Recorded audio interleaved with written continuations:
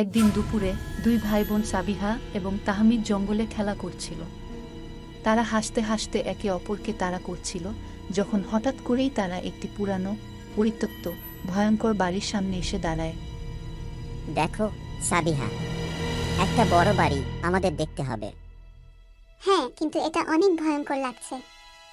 আমরা কি সত্যিই ভিতরে যাব? কেন নয়, এটা মজার হতে পারে।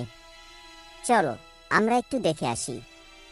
তাহমিদ এবং সাবিহা ধীরে ধীরে ম্যানশনের দরজা ঠেলে ভেতরে ঢুকে পড়ে। ভেতরে ঢুকতেই তারা দেখে বাড়ির চারপাশে ধুলা জমেছে এবং আসবাবপত্রগুলো ভাঙাচোরা অবস্থায় পড়ে আছে। চারপাশে মাকড়সার জাল ঝুলে আছে। তাহমিদ, এটা খুবই ভয়ঙ্কর। আমরা কি ফিরে যাব? আরও একটু দেখি সাবিহা, আমরা উপরের তলায় যাই, দেখি ওখানে কি আছে। তাহমিদ, তুমি কি শুনতে পাচ্ছ? এই আওয়াজটা কি? হ্যাঁ, আমি শুনতে পাচ্ছি। চলো চলো আমরা নিচে চলে যাই। তাহমিদ, তুমি এটা কি করেছো? সর্বনাশ! এখন আমাদেরকে কেউ জেনে যাবে আমরা এখানে আছি। সাবিহা, আমার অনেক ভয় করছে। আমরা কি করব এখন? দেখো দেখো সাবিহা, এখানে একটা গোপন দরজা আছে। চলো আমরা এর ভিতর দিয়ে পালাই। তাহমিদ, আমরা কোথায় যাচ্ছি? শান্ত থাকো সাবিহা, এই সুড়ঙ্গটা নিশ্চয়ই আমাদের বাইরে নিয়ে যাবে। দেখো, আলো দেখা যাচ্ছে। আমরা প্রায় পৌঁছে গেছি। তাহমিদ, তুমি কি সেটা অনুভব করছো?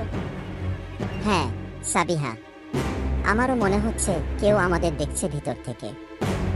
তাহমিদ, তুমি প্রতিজ্ঞা করো আমরা আর কখনো এই ভয়ঙ্কর বাড়িতে আসবো না। কখনো না। হ্যাঁ সাবিহা, আমি প্রতিজ্ঞা করছি, আর কখনো নয়, কখনো এখানে আসবো না আর। তারা অবশেষে সুড়ঙ্গের শেষ প্রান্তে পৌঁছে যায় এবং বাইরের জঙ্গলে বেরিয়ে আসে। সূর্যের আলো তাদের চোখে পড়তেই তারা স্বস্তি অনুভব করে। ম্যানশনটি তাদের পিছনে পড়ে থাকে।